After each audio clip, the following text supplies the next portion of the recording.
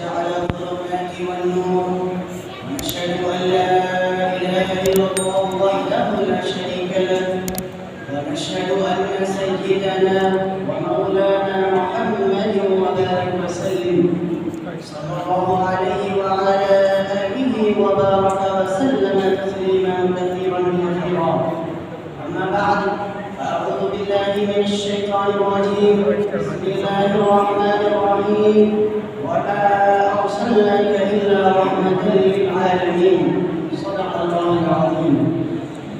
رئيس الحفل المبجل والأساتذة الكرام وضيوفنا المبجلين وزملائي الأعزة، إني أريد أن أبدي أمامكم في هذه الحفلة المباركة السنوية أحاسيسي والذكريات العطرة حول سيرة النبي العربي صلى الله عليه وسلم، الذي يذكره الشاعر العربي بهذه الألفاظ العطرة: ولد الهدى فالكائنات ضياء، ولد الهدى فالكائنات ضياء، وفم الزمان تبسم وكلام. سبحان الله. يا زملائي، إن العرب في القرن السادس المسيحي كانوا في متاهات بعيدة وجهالات عميقة سائدة، وكانت الإنسانية تدير في بغاض الصلالة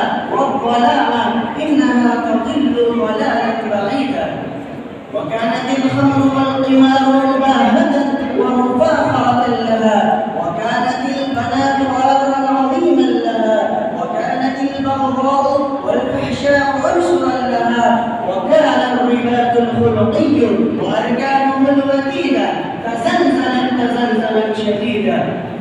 وكانت الوثنيه والصنميه وصلت الى الدناءه والسخافه، فالكعبه المقدسه التي بناها ابراهيم واسماعيل عليهم السلام مملوءه بالاصنام والاوثان، بل إنها كانت أكبر مركز للوثنية الدنيسة الرذيلة الخسيسة، وكانت سخافتها وسفاهتها وحماقتها وصلت إلى النهاية، فإنها تصور وتمثل الأصنام من الحلبيات والسرقات، فتعقد لها الاحترام وتطوف بها وتخضع لها، فإذا جاءت عظمتها وقاحة وجمالا، وكانت الظلامة والجهالة تراكمت وتكدست إلى الحد الذي صدره القرآن، حتى إذا أخرج يده لم يكد يراها.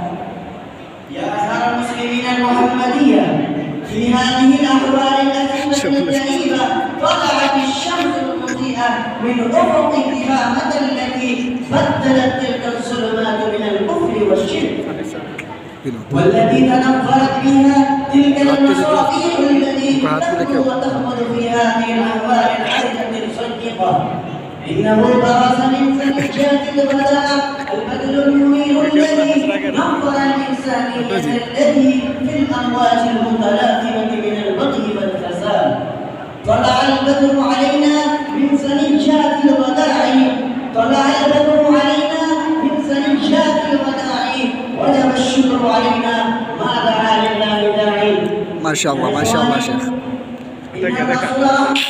إن العرب في القرن السادس المسيحي وكانوا في هذا النبي صلى الله عليه وسلم، وهذا النبي المهتاد الذي ألف القلوب المتنافرة المتحاربة، هذا هو الرسول العربي الذي علم الإنسان ما لم يعلم، هذا هو النبي المهتاد الذي ألف القلوب فأصبحتم بنعمته إخوانا.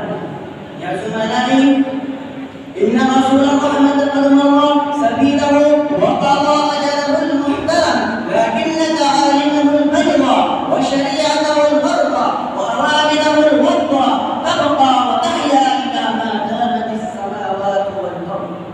فيجب علينا أن نتخذ هذه الأسوة المحمدية في حياتنا كلها، فنكون من المتقين الصالحين الذين لا خوف